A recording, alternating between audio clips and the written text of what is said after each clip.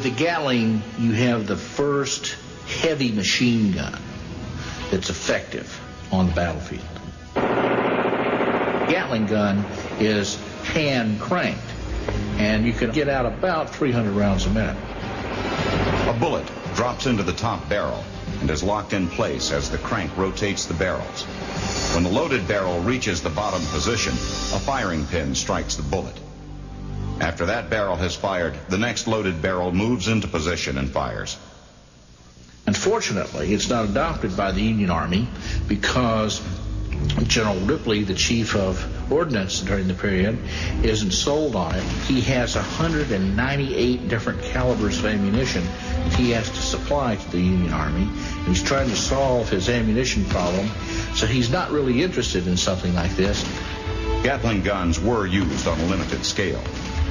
But it wasn't until 1885 when another American, Hiram Maxim, perfected a weapon that could fire 600 shots a minute with no more effort than a finger on a trigger. Maxim used the energy of the gun's recoil to load, cock, fire, and eject shells. As Maxim's gun is fired, the recoil impact forces the breech block backwards. The breech lock then moves forward. Maxim's invention was received with great enthusiasm in Europe. By 1914, Germany had over 12,000 machine guns in service with her army. When the machine gun came to be used during the Great War, it was seen as a heavy support weapon, laying down a blanket of fire to support and protect the infantry. For this reason, the machine guns were built as heavy guns capable of firing for extended periods of time. As a result, most of the machine guns were water-cooled. The barrel was surrounded by a large cylindrical water jacket. There was a hose connected to a condenser tank that circulated water back into the water jacket so the gun would not run dry. Surrounding the barrel with water improved the gun's effectiveness. Water-cooled machine guns were capable of firing for long periods of time. Several hundred rounds could be fired before the gun had to be allowed to cool. Normally you have a crew of two. You have the gunner and you have an assistant gunner who is responsible for the ammunition supply. You would need 3 men to carry a 50 caliber gun into battle. 2 men could do it, but they'd be terribly loaded. Even seasoned gunners struggle to keep targets within their sights. A good machine gunner is an artist at firing a weapon. It's pretty jarring. It shakes the living daylights out of you. And it just doesn't sit there where you are aiming. You have to hold on to that trigger and the handle. And it just shakes your whole body while you're firing. Once you start firing, the gunner will sit there normally holding on to the spade trails and working the triggers. And every now and again, he will reach up and he'll bang the gun on one side. And what he's doing, he's traversing the gun with what is known as the T&E mechanism, or the traversing and elevation mechanism. And that's what makes a machine gun so effective. The gun in and of itself fires fast, but the thing that keeps it on target is the T&E mechanism. Employed in pairs, the machine guns swept a stream of fire back and forth over the battlefield. So you can quite literally have a curtain of steel in front of your position. And you combine that with barbed wire that holds up the other guy, and you have an effective way to stop these infantry attacks. Machine guns left the infantrymen no choice but to dig in and fight for survival from inside trenches.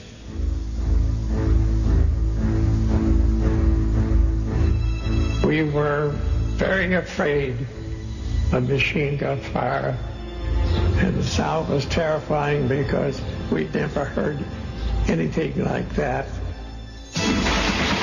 When you hear that and you're laying on your belly or in the mud somewhere, you hear the leaves and the branches all around you falling, and being clipped off by the staccato bursts that come from all directions, it seems.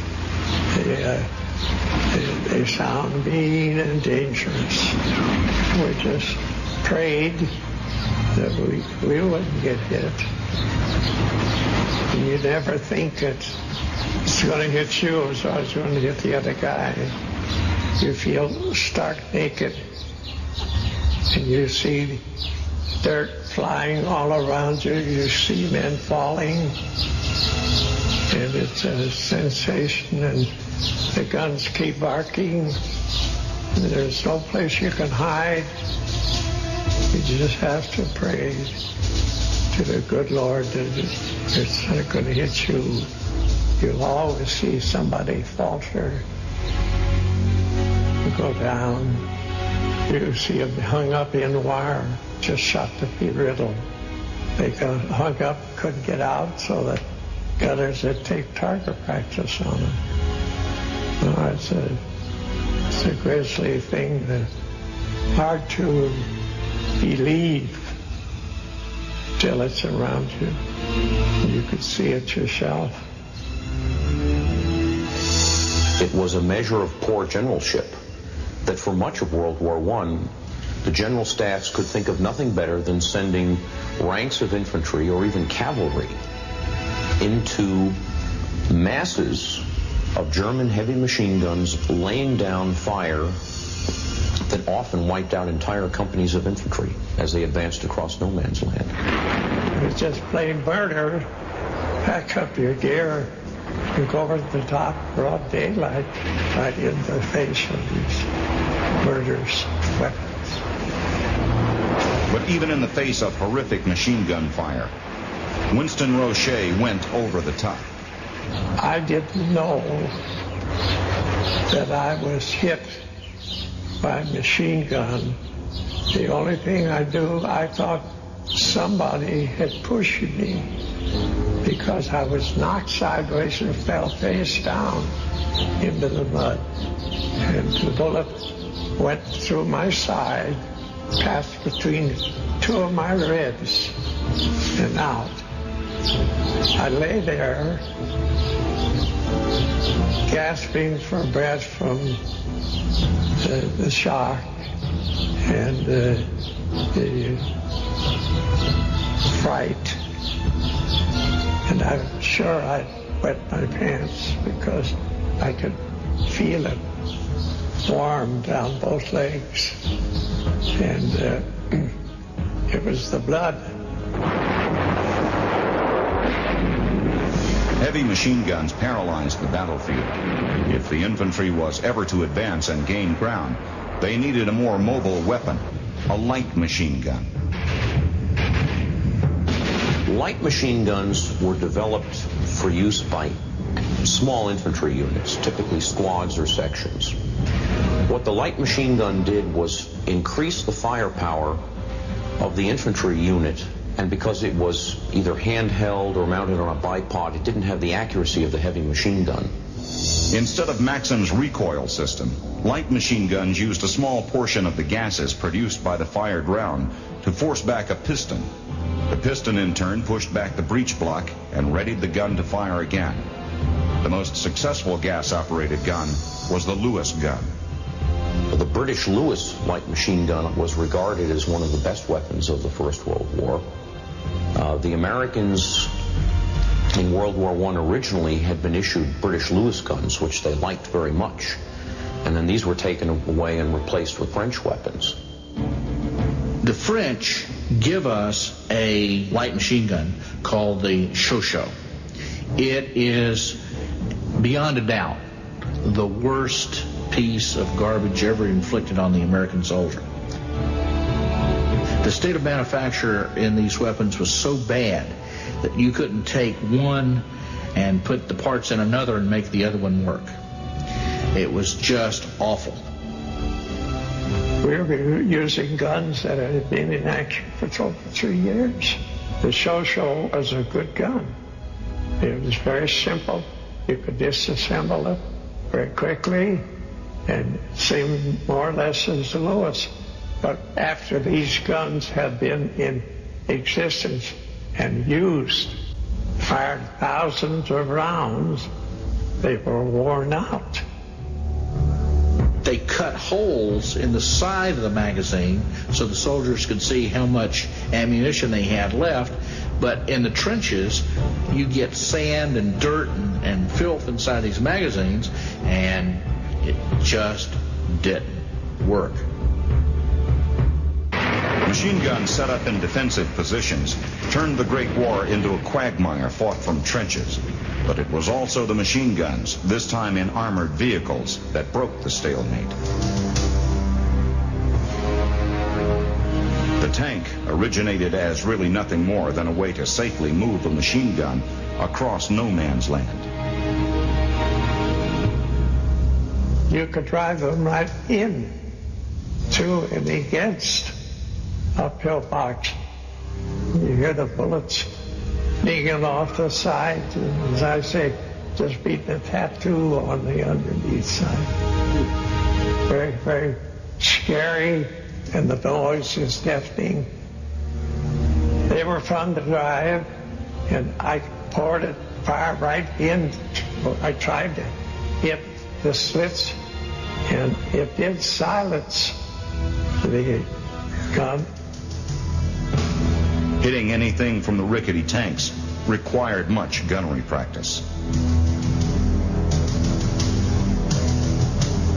It's very difficult to aim them properly. See, the guns were fixed, and you could loose the clamps, but you'd have to be standing still because you couldn't drive it and aim at the same time. You had to aim the whole tank. These mobile machine gun nests took the advantage away from the defenders and gave attackers a chance to gain and hold territory. As tanks moved ahead, the infantry could also move forward without leaving behind the firepower of their machine guns. A new lightweight rapid fire weapon gave soldiers an opportunity to exploit a breakthrough made by tanks. Developed in the closing months of the war, John Browning's automatic rifle gave the infantrymen used to single-shot rifles a way to sustain a high rate of fire while on the move. The BAR would soon redefine infantry tactics. The Browning automatic rifle replaces the Shosho as a base of fire weapon.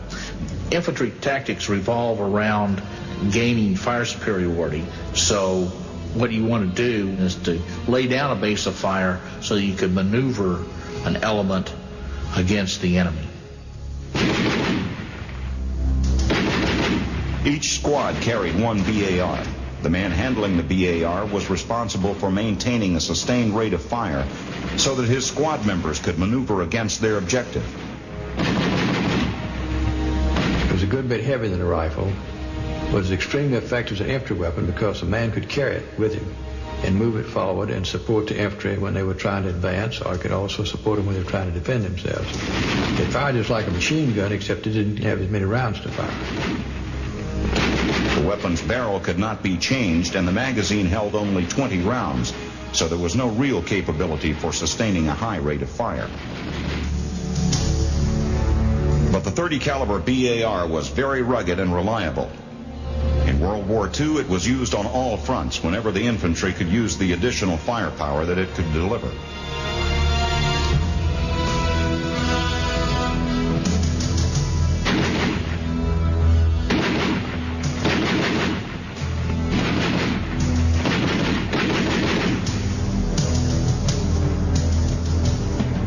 The British Army used similar infantry tactics, but they counted on the best magazine-fed light machine gun used during the war, the simple, reliable Bren gun. Interesting thing about the Bren gun is that it's not even British. It was a Czech light machine gun.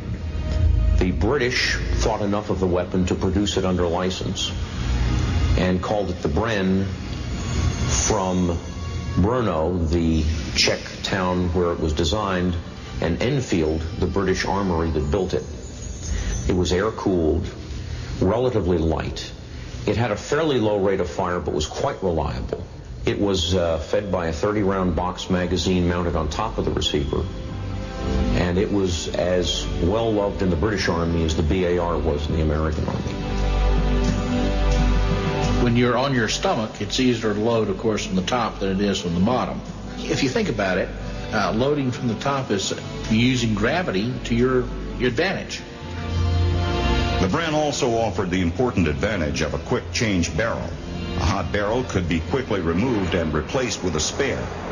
With this feature, the Bren could continue firing and not overheat.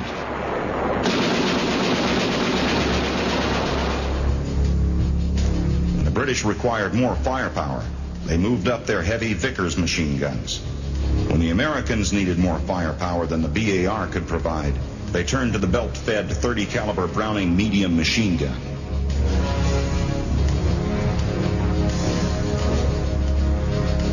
A magazine-fed weapon, you fire, say, 30, 40, 50 rounds, whatever you have in the magazine, then you have to change the magazine.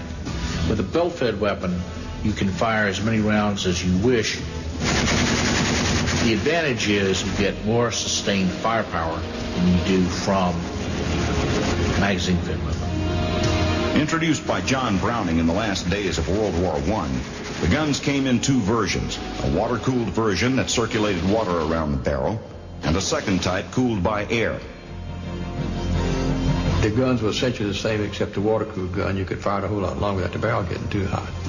Whereas the air-cooled gun, you could fire it somewhere around, you had to let it cool off a little bit, and then you could fire it some more. But they were both excellent guns.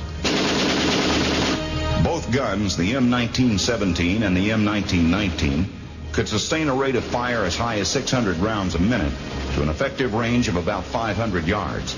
With simple recoil mechanisms, they were particularly rugged weapons under extreme conditions of temperature, dust, or mud. These guns were used primarily against heavy troop attacks and to command such strategic areas as bridges, streets, and hilltops. 68,000 of Browning's machine guns saw combat action. You ready? What?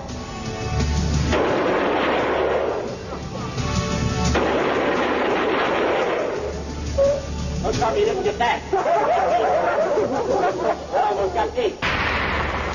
The American Army used its machine guns as a supplement to the aimed fire of the individual rifleman. The machine gunner was there to help the infantryman reach his objective. But in the German Army, that relationship was reversed. The German infantryman was there to ensure that the machine gunner achieved his goal.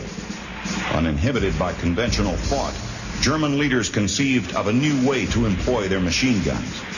In the German Army, the doctrine that developed was that the light machine gun would be the standard field of fire weapon and would be supported by infantry who would take out targets that the machine guns did not hit, be responsible for supporting the machine gun, protecting it, and as a result the German Army had a far greater complement of machine guns than most Allied armies of the period did. One machine gun is as good as maybe 20 single-shot riflemen, and the firepower is enormous. One machine gun could hold down a whole section of the enemy line, and the rest of the company was able to advance under this firepower forward. The weapon designed to implement this new doctrine was the Maschinengewehr 34, the MG-34. The German MG-34 was a masterpiece of design. The Germans wanted to develop a weapon that was versatile enough that it could serve the function of a heavy machine gun and still have the portability of a light machine gun. The aspect of the design that enabled this convertibility, if you will, was a quick change barrel. In rapid firing, the barrel gets hot, so you have to change it after every 300 rounds or so. And with that one, you just flipped one bottom on the side and the barrel came out. It was red hot, so you had to have some gloves, put it on the side, let it cool off, and put in the next one. And this added to the firepower in comparison to American machine guns. I guess you needed a screwdriver to take it apart, change the barrel, and it took at least 5 times as long to change a barrel in combat. Most machine guns were issued with 2 or 3 spare barrels, which enabled the crew to rotate them through as needed. And it was not unusual for German MG-34s to fire thousands of rounds of ammunition in a day of heavy engagements. The Germans also replaced the old canvas ammo belts with a new device. It was a metal belt which could be reloaded, and therefore it didn't bend so much. It was quite heavy, but it was for this reason also more dependable, and therewith we didn't mind the weight because we knew it would shoot. This machine gun was our main source of firepower for the combat unit. You stick it in the back seat of an aircraft. You can stick it on top of a tank. You can stick it in the hands of the infantry. So it becomes sort of a universal gun that can do many, many different jobs and do them effectively. But too few factories could machine the complicated parts required for the MG-34. Production could not meet the growing demand of the German Army. The MG-42 was designed at the request of the German Army, who wanted a weapon that would be cheaper to build and more reliable under severe combat conditions than the very well-crafted MG-34. Relatively few complicated parts were used, and in an attempt to make the weapon even more versatile, the barrel design was altered so that now the barrel could be ejected from the side of the barrel jacket. It took less than 10 seconds to change the barrel on an MG-42, and the gun was ready to fire. It was marginally lighter than the MG-34. It was not as well made. Its tolerances were looser. It was not quite as accurate, but it was far more reliable. And the rate of fire was increased to between 1,200 and 1,500 rounds a minute. The rate of fire was higher than any other gun ever produced, but it cost the gun its accuracy. Once the first rounds left the barrel, the excessive recoil shook the gun out of control. You had to lie down. It was not possible to walk with it or to kneel, because the recoil was so strong that an average man of my weight would have been pushed backwards. The idea really was to use the weapon under ideal circumstances as a very long-range shotgun, firing a burst of rounds that would hit in the impact area almost at the same time. Most of the times we didn't even have to aim. We just were shooting with it over the heads of the enemy, and they just kept running away because they could not stand that roar. They were shooting so fast that our ear could not register single explosions like a normal machine gun, like the 34. But it was just a roar. Wah! Wah! Half a second and you had out about 100 bullets. The roar and the high rate of fire were thought to be so intimidating that the U.S. Army produced a film that they had hoped would prove to new recruits they had nothing to fear. Listen to that. Fast. That thing sprays a lot of lead. And you're scared because the German gun fires faster than anything you've run into before. Nobody seems especially afraid of that gun. Nobody but the replacement, who can't get over the fast burp of that German gun. Well, so it does have a high rate of fire. Does that mean it's a better fighting weapon than ours? The main disadvantage of the machine gun 42 was the fact that it used so much ammunition. And so we were only permitted to shoot very short times, to pull the trigger not longer than a second, because 50 to 100 rounds were going out like nothing, and you run out of ammunition. The German concept of developing one machine gun that could meet a variety of needs influenced all future machine gun development.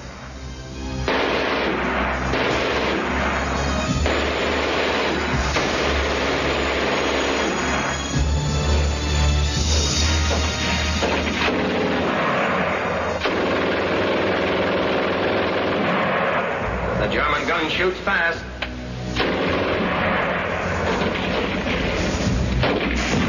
Correction. The German gun used to shoot fast.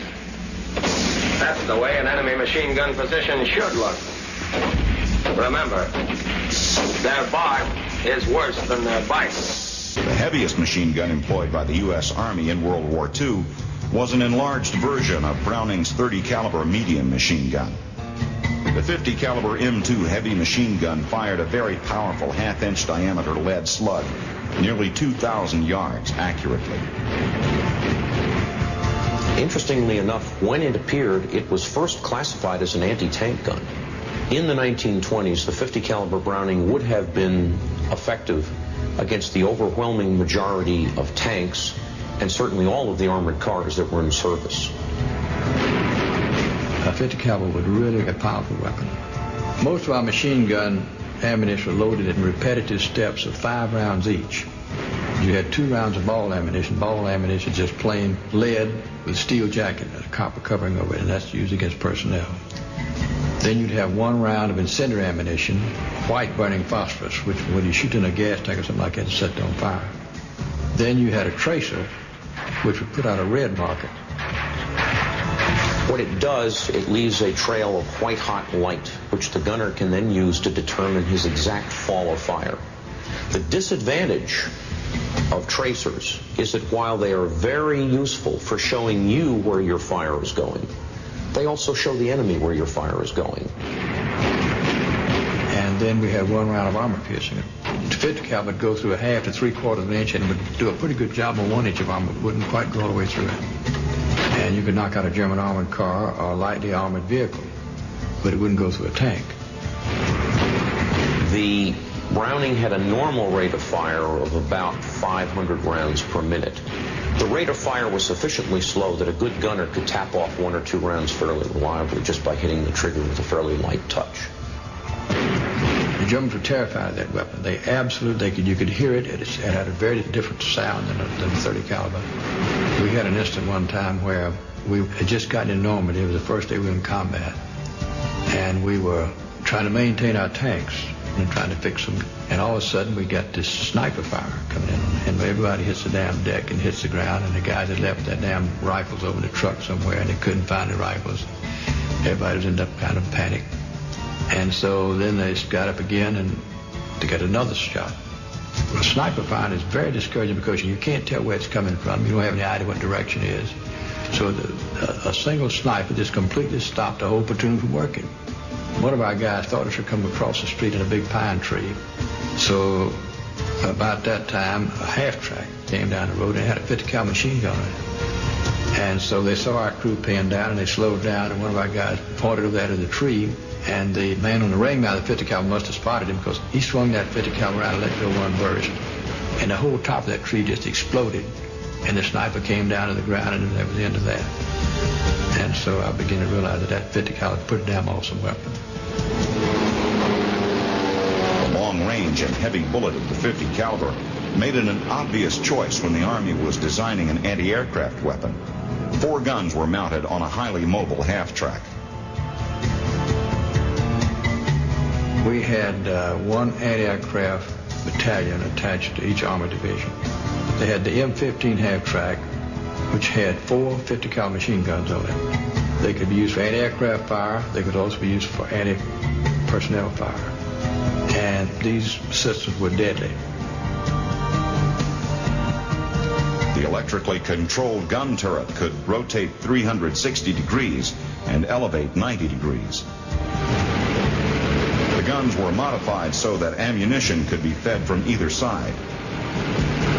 When fired together, the 4 machine guns could send over 2,000 rounds a minute to meet any attacking aircraft. The Quad 50 was also turned against ground targets.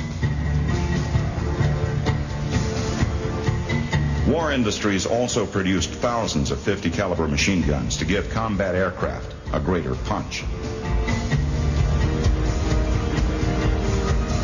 This combination of firepower and fighter was unmatched in the P-51 Mustang.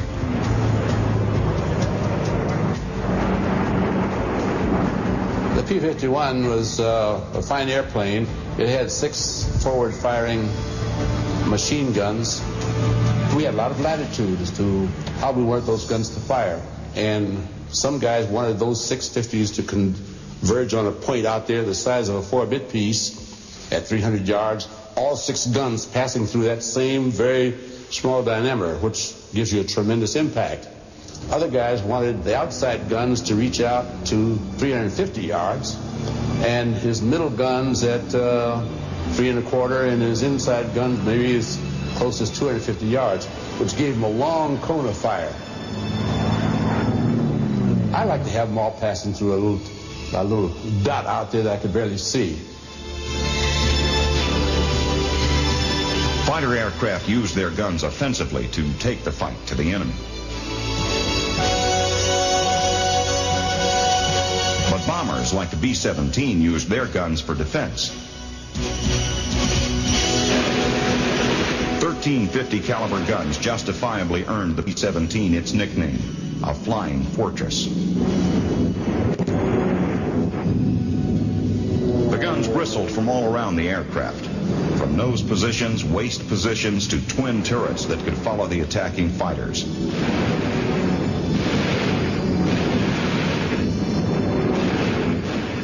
No matter how skilled the aerial gunners, it was never easy to hit the fast-moving, quick-turning German planes.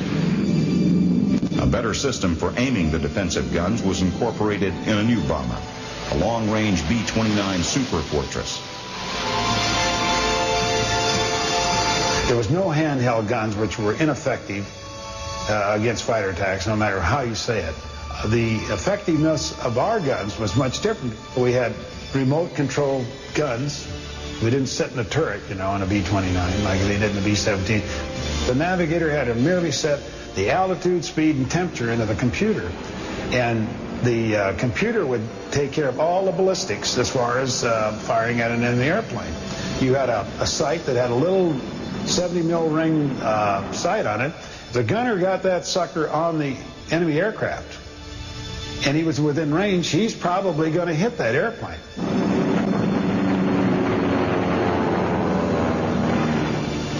From its role as an anti-aircraft weapon, anti-tank weapon, and heavy defense weapon, the 50 caliber Browning proved itself as one of the most versatile and effective machine guns fielded in combat.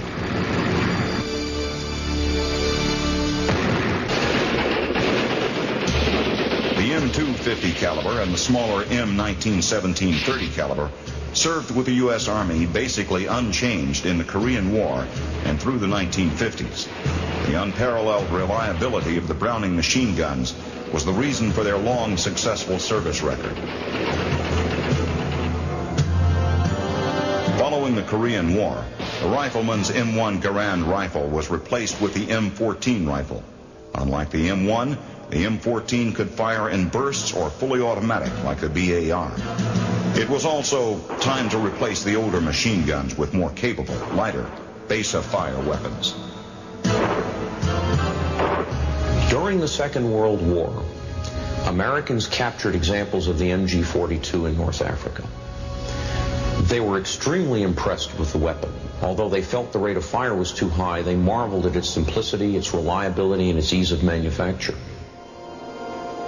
These important features, which proved very successful for the Germans' MG-42, were carefully tested and re-examined. When it comes time for us to redesign a new machine gun with interchangeable barrel, our designers take the German idea of the feed plate and feed mechanism in the MG-42 and design our gun around that particular feed mechanism. The M60 General Purpose Machine Gun, first introduced in 1959, used the reliable gas-driven bolt action of the World War I Lewis gun and BAR, the feed mechanism of the German MG-42, and the quick-change barrel feature of the British Bren gun. If you open up the feed plate cover of an M60 and the MG-42, you're going to find that they're going to be identical. At 550 to 600 rounds a minute, the rate of fire of the M60 was not that much higher than the weapons it replaced. But the improved design was much better suited to the requirements of modern combat. But early tests of the first M60s revealed flaws. There are a few problems with it. One of the things is that you cannot change the barrel with a handle. You have to grab the thing with a mitt that's issued with the gun. But it's still a very good gun. Used to great effect in Vietnam.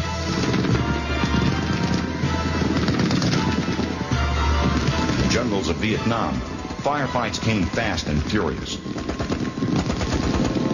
Firepower had to be brought to bear quickly and accurately.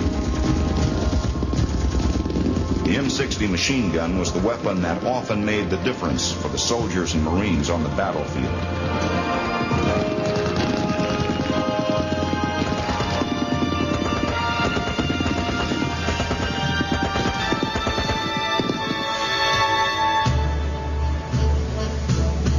Variants of the M60 could be fitted above the skids of Huey helicopters.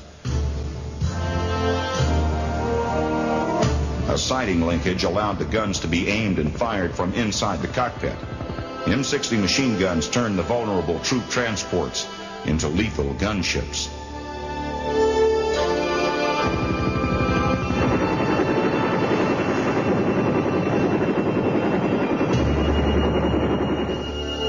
Machine guns mounted in the open doors gave gunners greater flexibility.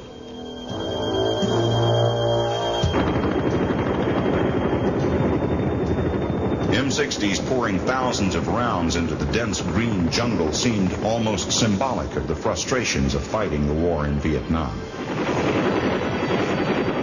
One of the most interesting developments in the past few decades has been the rebirth of the Gatling gun.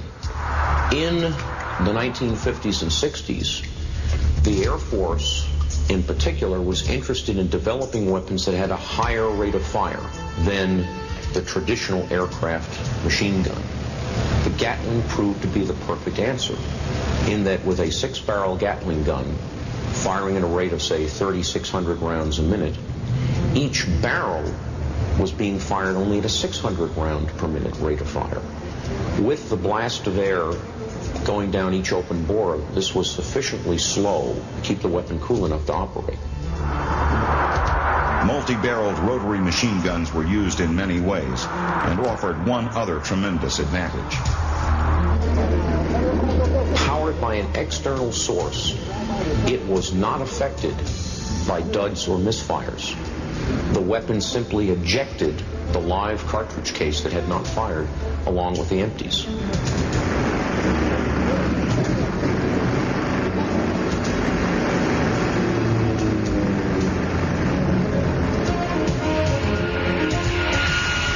On the A-10 Warthog, a 30mm Gatling gun puts the bust in Tank Buster, firing armor-piercing shells of depleted uranium at up to 4,000 rounds a minute.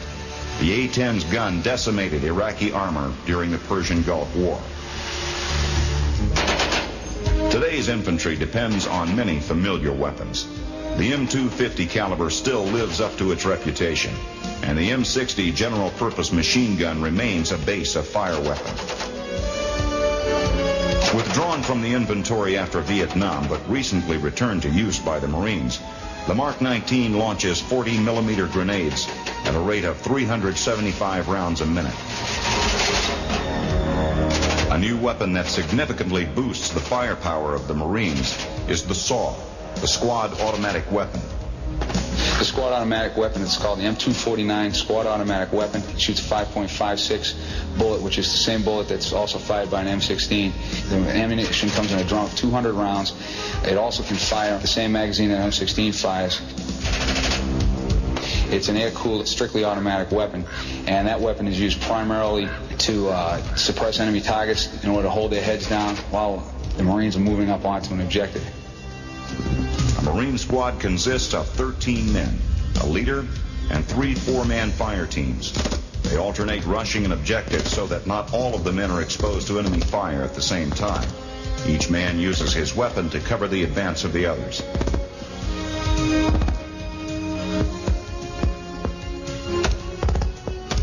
Three members of each fire team carry the M16 rifle.